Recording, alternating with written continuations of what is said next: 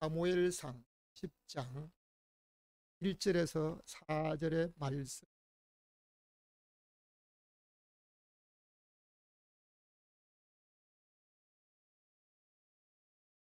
성경 말씀 사무엘상 20장 1절에서 4절 함께 합독해서 읽겠습니다. 다윗이 라마 라요트에서 도망하여 와서 요나단에게 이르되 내가 무엇을 하였으며 내 죄악이 무엇이며 내 부친 앞에서 나의 죄가 무엇이간데 그가 내 생명을 찾느뇨. 요나단이 그에게 이르되 결단코 아니라 내가 죽지 아니하리라. 내 부친이 대소사를 내게 알게 아니하고는 행함이 없나니 내 부친이 어찌하여 이 일은 내게 숨기리요. 그렇지 아니하니라. 다윗이 또 맹세하여 가로되 내가 내게 은혜를 받은 줄을 내 부친이 밝히 알고 스스로 이르기를 요나단이 슬퍼할까 두려운즉 도로 이를 알게 하지 아니하리라 함이니라. 그러나 진실로 여호와의 사심과 내 생명으로 맹세하노니 나와 사망 사이는 한 걸음뿐이니라. 요나단이 다윗에게 이르되 내 마음의 소원이 무엇이든지 내가 너를 위하여 그것을 이루리라. 오늘도 여러분과 여러분 가족들에게 하나님의 평강이 임하시기를 주님의 이름으로 축원합니다. 복음성가에 일은 몰라요 하루하루 살아요 불행이나 요행함도 뜻대로 많이 가고 가도 없고 험해요 주님 예수 팔레미사 와주소서. 내일 일은 난 몰라요 장래일도 몰라요 아버지여 날 붙도사 평탄한 길 주옵소서. 3절 끝에는 불과 같은 성령이여 천국 가는 그날까지 주여 지켜 주옵소서.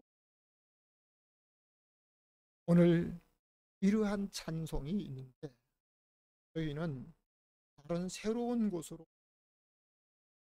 때마다 이 찬송을 주민들에게 함께한 사람들에게 꼭 부르고, 왜냐하면 우리가 새롭게 가는 그 앞길에 내일에 평탄한 길이 있는지 어떤 위험한 길이 있는지 모르는 겁니다. 하루하루 살아가는 날마다 주의 은혜로 시작하는 믿음의 사람 되시기를 주님의 이름으로 축원합니다. 오늘 읽은 성경을 중심으로 한번 제목을 같이 하겠습니다. 나와 사망 사이.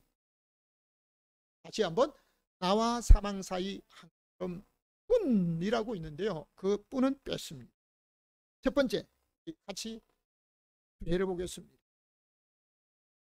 다 같이 날마다 생명의 위협을 받습니다. 다시 한번 날마다 생명의 위협. 1절 말씀을 우리 다 같이 다시 한번 읽겠습니다. 다윗이 라마나요스에서 도망하여 와서 요나단에게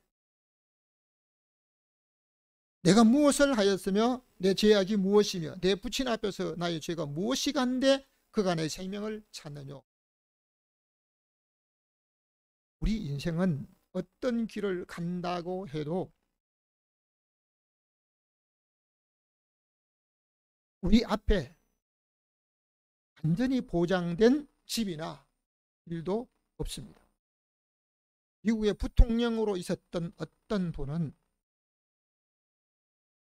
세상에서 아무리 좋은 자동차도 완전히 보장된 차는 없다고 말했는데 몇 년 전에 영국 왕세자비였던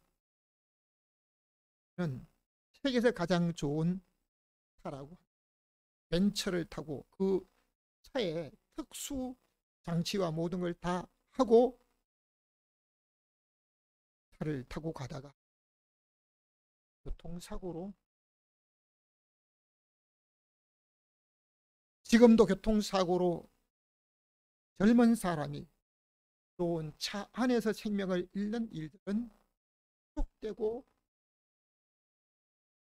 태국의 왕자로 왕위를 물려받은 아들이 교통사고로 생명을 잃었다고 통계사를 통해서 들었습니다.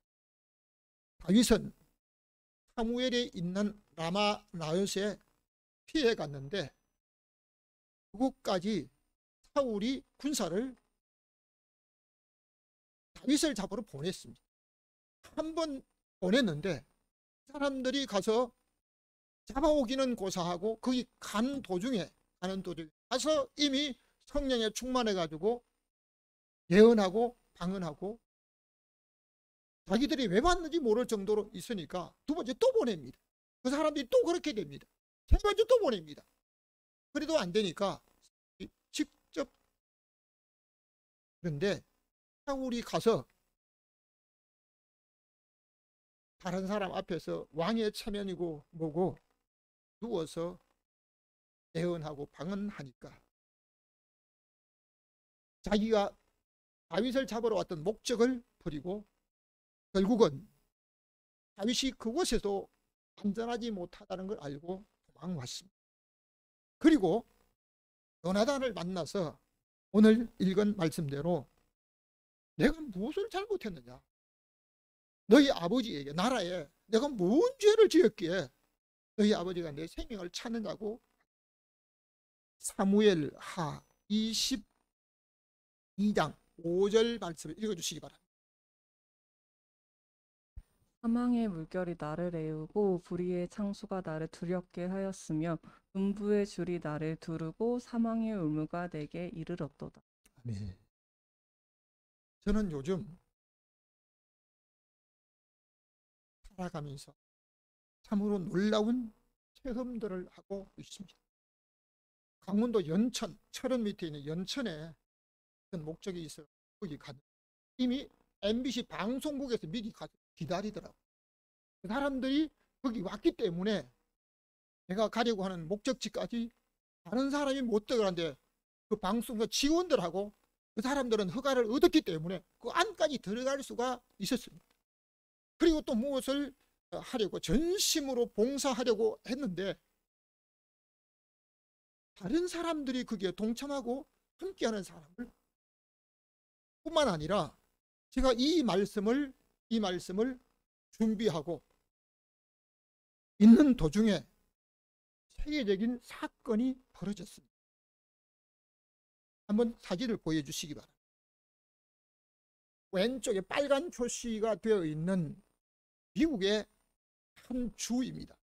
플로리다 주라고 하는 주인데 미국 남부 제일 끝에 마치 육지로 되어 있는데 섬처럼 바다 가운데 뚝 떨어져 나가 있습니다. 거기에 바로 옆에 있는 그 사진은 이번에 강풍과 해일, 엄청난 폭우와 함께 모든 문제가 있는데요. 여기 사람들이 자기들의 생활을 위해서 자동차를 타고 준비하고 다니는데요. 저기는 그 해안 도시이기 때문에 집값보다 더 비싼 요트들이 많습니다. 요트는 여유가 있는 사람들 즐기려고 하고 있는데요. 이게 집 꼭대기에 있고 도로 위에 뭐 자동차 꼭대기에 가 있는 겁니다. 그 다음 사진 보여주세요.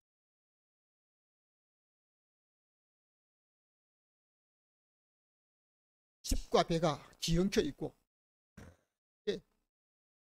어디가 어딘지 분간 못할 정도로 망가져 있습니다. 다른 사진 한 번 더 보여주시오. 위성사진, 공중에서 촬영된 사진. 그 도시가 완전히 쑥대밭이 되어 버렸습니다. 여러분, 미국 중에서 어떤 곳에는 집이 틈이 없도록 지진을 대비해서 집이 연수가 붙여 지어 놓은 곳도 있습니다.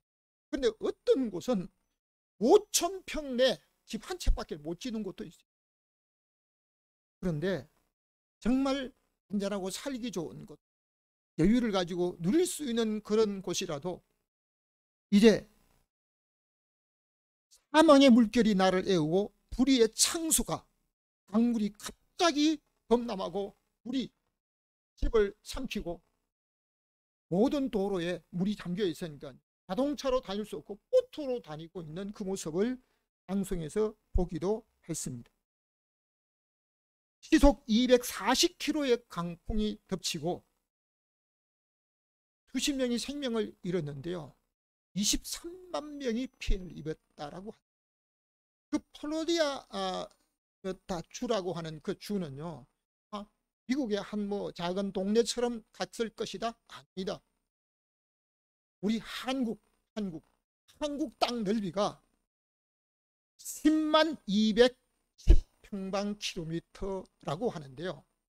그 플로리다 주는 17만 평방킬로미터가 더 되는 거예요. 우리 한국 전체보다 더 큰 주예요. 그 주가 엄청난 문제를 만났던 사실입니다.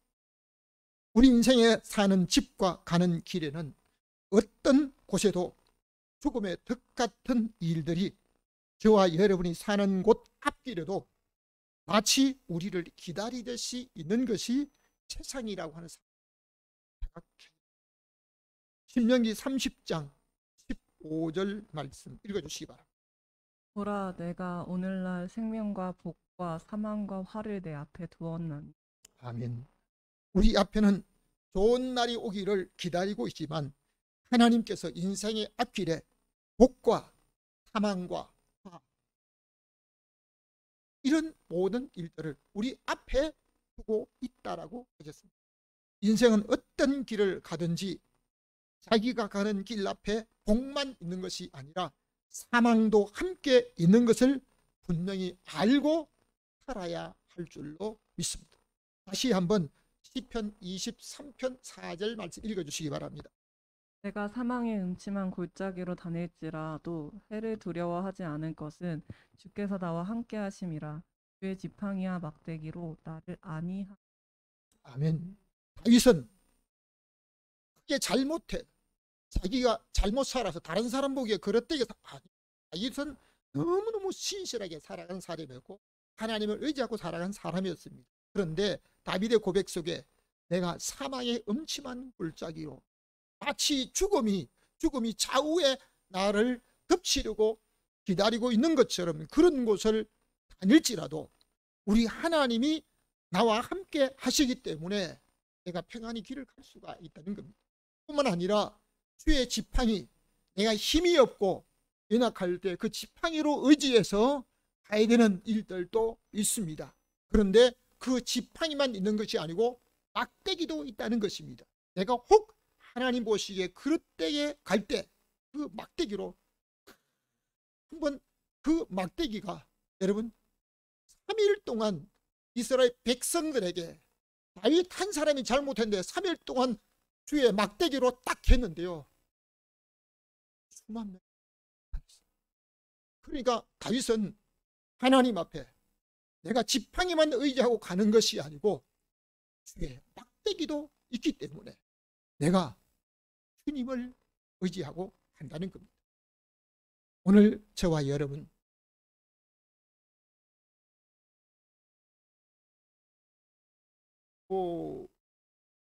필만한 물가에 인생의 황금기라고 글을 썼는데요. 내 인생의 황금기가 나는 경제적으로 또는 건강하게 모든 젊음과 내가 하고 싶은 대로 모든 일을 할 수 있을 그때가 황금기가 아니라고 하는 사실을 고백하고 있습니다. 사람은 자기의 계획을 다 이루고 가장 좋은 것으로 자기를 위해 준비해도 다니는 길에 항상 두 가지 사실이 저와 여러분 앞에 준비되어 있다는 사실, 날마다 인식하고 살아야 됩니다. 번째입니다. 같이 읽습니다. 나와 사망 사이는 한 걸음. 다시 한번 나와 사망 사이는 한 걸음입니다. 3절 말씀을 우리 다 같이 읽겠습니다. 다윗이 또 맹세하여 가로되 진실로 여호와의 사심과 내 생명으로 맹세하노니 나와 사망 사이는 한 걸음뿐이니라. 다윗이 죽을 병에 걸려 있기 때문에 의사가 고칠 수 없다고 진단 내리기 아닙니다. 나이가 많아서 이제 노쇠해서 힘이 없기 때문에 아니었습니다. 가장 젊을 때, 가장 힘이 있을 때,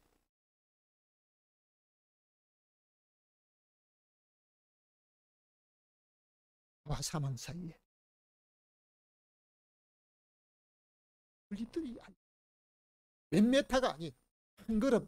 다시 말해 아무리 보폭이 넓다 그래도요 80 이상은 못, 80cm 이상 못 간다니까. 1m도 안 된다는 겁니다. 1m도.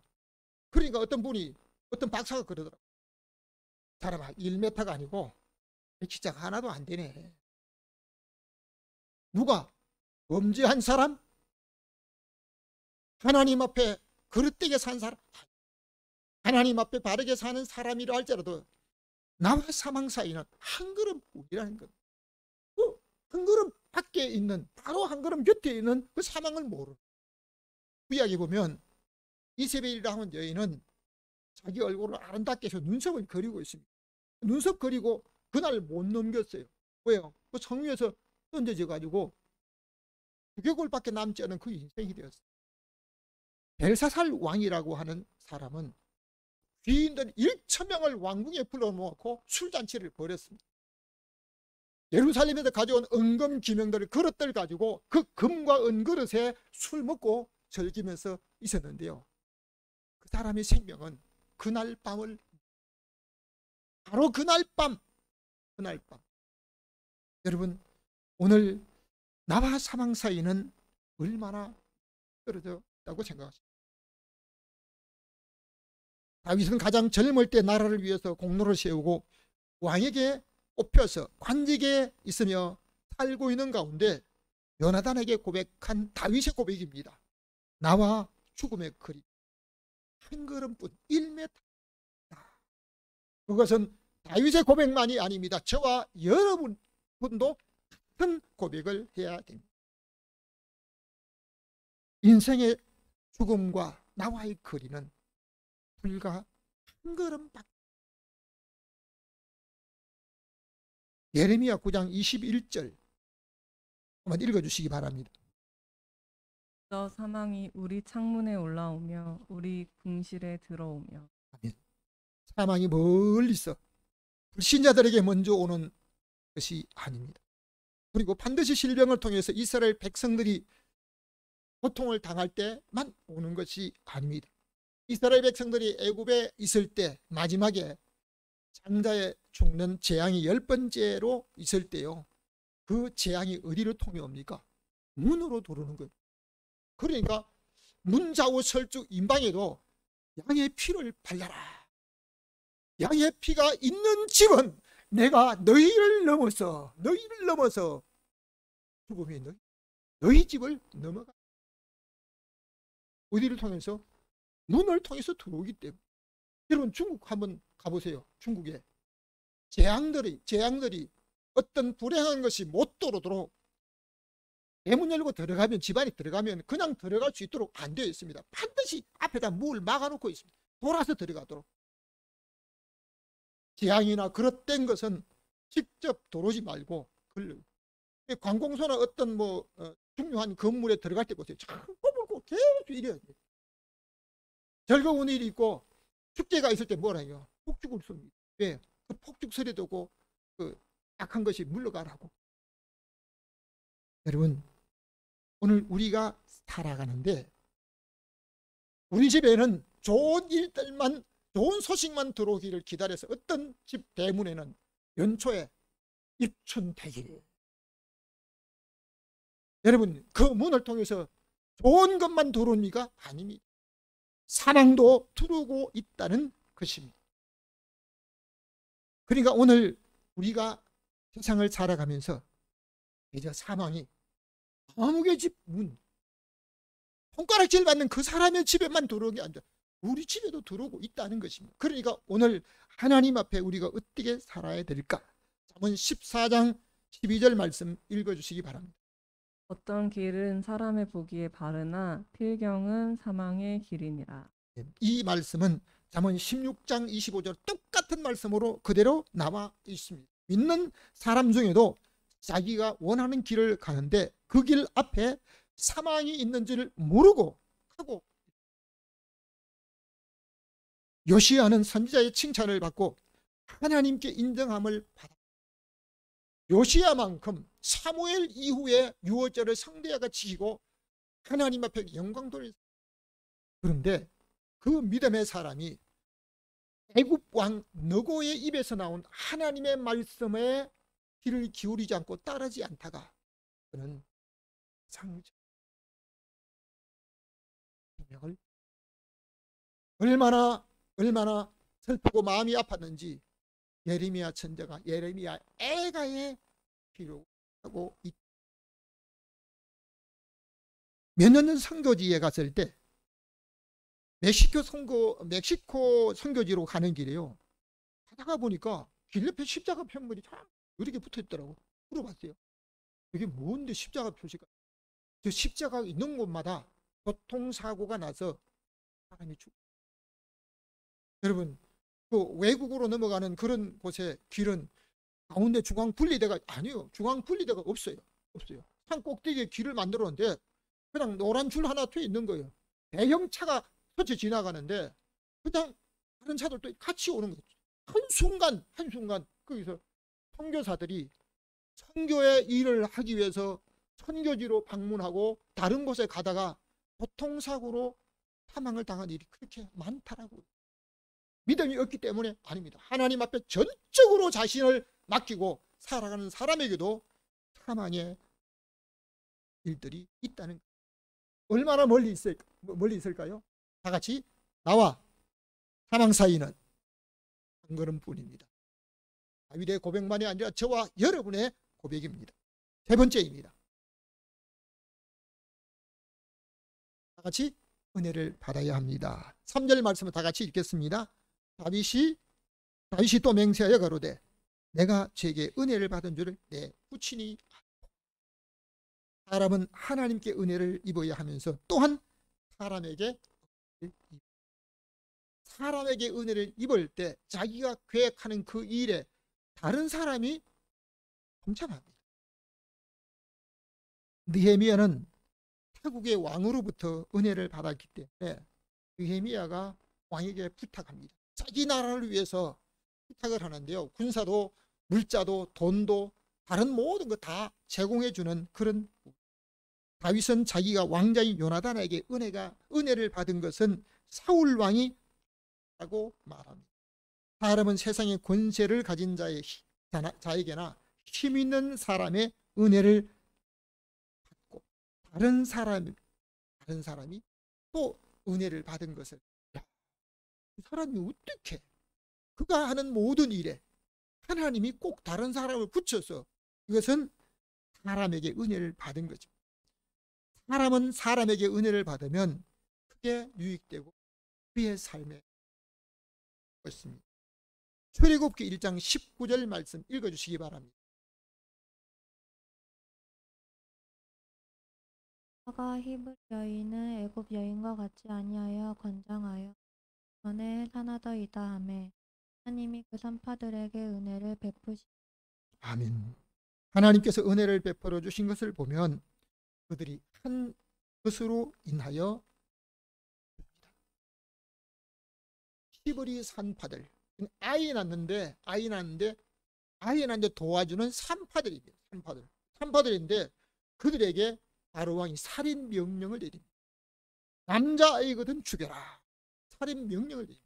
그런데 왕의 명령을 받고 이 산파들은 왕에게 거짓말, 남자아이를 살려놓고 거짓말합니다. 나중에 이게 탄로났습니다. 야, 어떻게 해서 남자아이가 계속 다 살아나 있느냐? 그러니까 우리가 가보니까 히브리 여인들은 애굽 여인들과 같이 않습니다. 건강해서 우리가 출산한다고 가면 이미 아이를 낳아놓고 있습니다. 정말 거짓말했습니다.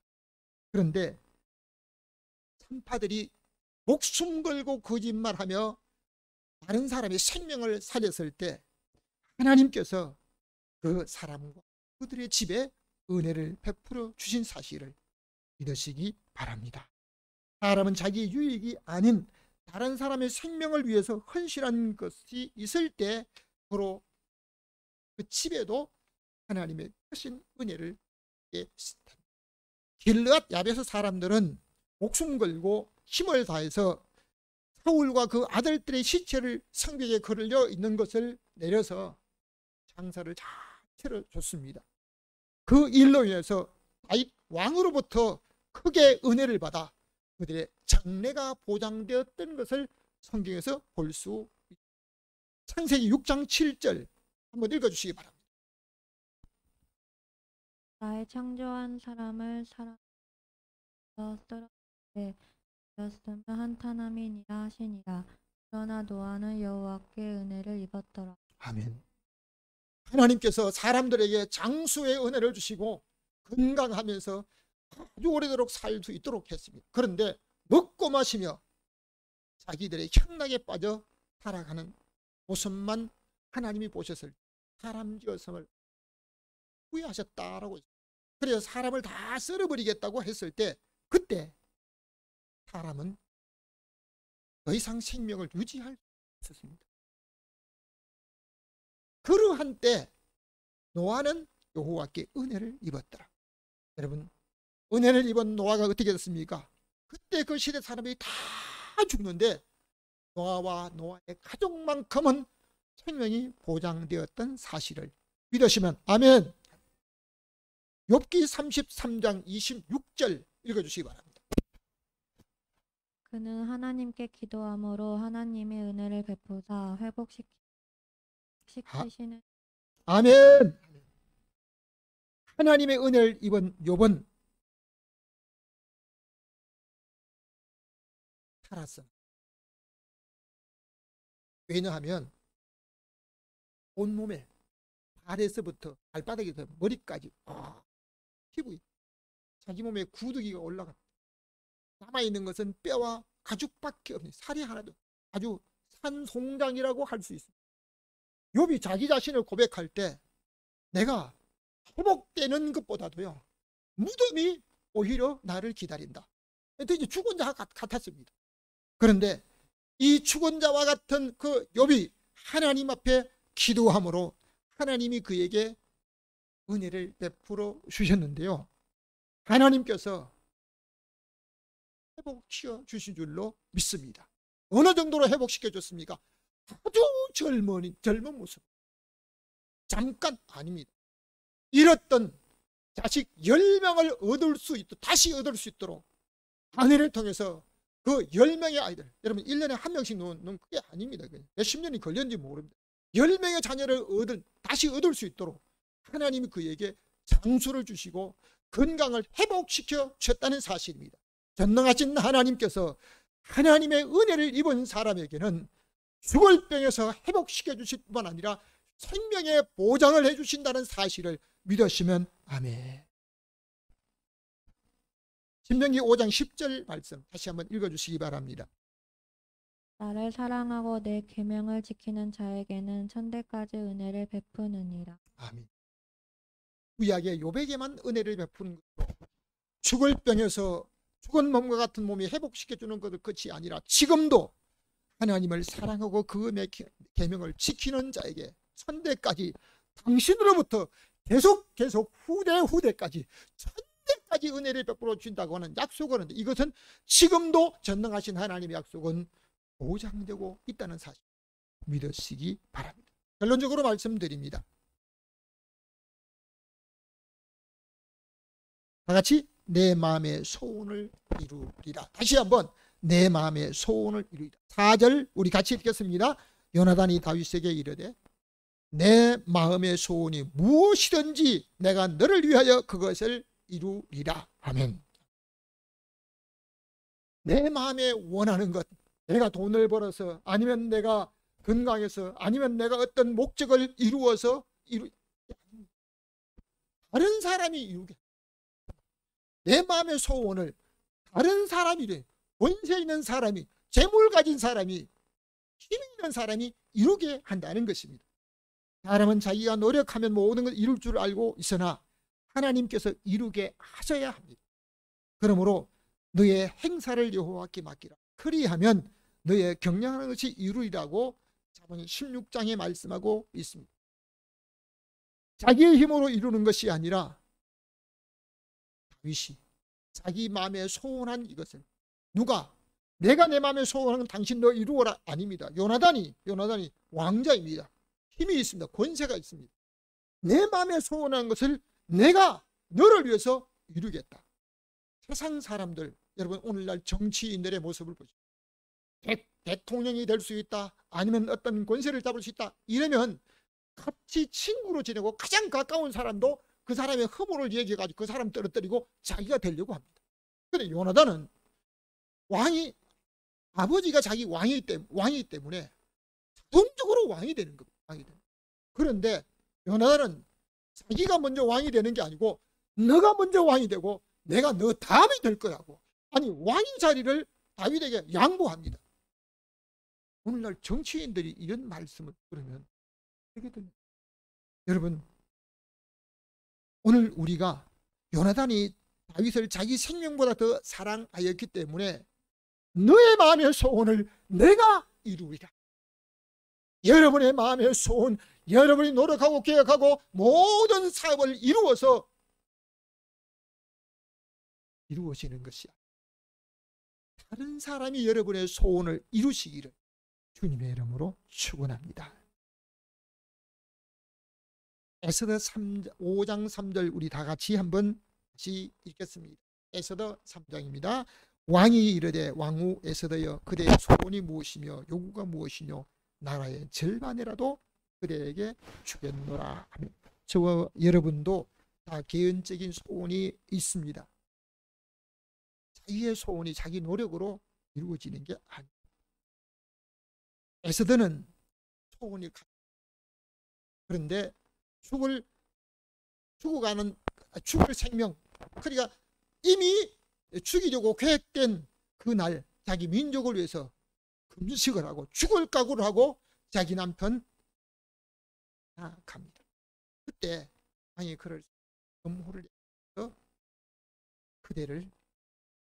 그대가 원하게 되면 절반, 한 번 얘기한 게 아닙니다. 두 번 얘기합니다. 소원대로 누가 권세 있는 사람이 이루어주겠다라고 말합니다. 에스더가 무슨 소원을 가졌습니까? 자기가 출세하고 자기가 잘 되는 소원이 아니고 자기 민족을 살릴 수 있는, 다른 사람의 생명을 살리는 소망을, 시편 145편 19절 말씀을 함께 읽겠습니다. 저는 자기를 경외하는 자의 소원을 이루시며 또 저희 부르짖음을 들으사 구원하셨도다 하면, 하나님께서는 자기를 경외하는, 진실로 온 마음과 뜻을 다해서 경외하는 자, 자기 형편과 환경을 따라 사는 자가 아니고 자기의 계산을 따라 사는 자가 아니라 하나님을 영화롭게 하기 위해서 진실로 하나님을 경외하는 자의 소원을 이루시며 그들의 기도를 들으시는데, 무엇보다도 구원의 소원을 이루는 우리 하나님께서 약속, 무엇보다도 구원, 생명을 사는 것, 여러분 이 땅의 생명이 사는 것 또는 장수하고 질병에서 회복되는 것, 나가서 영원한 영생의 소망.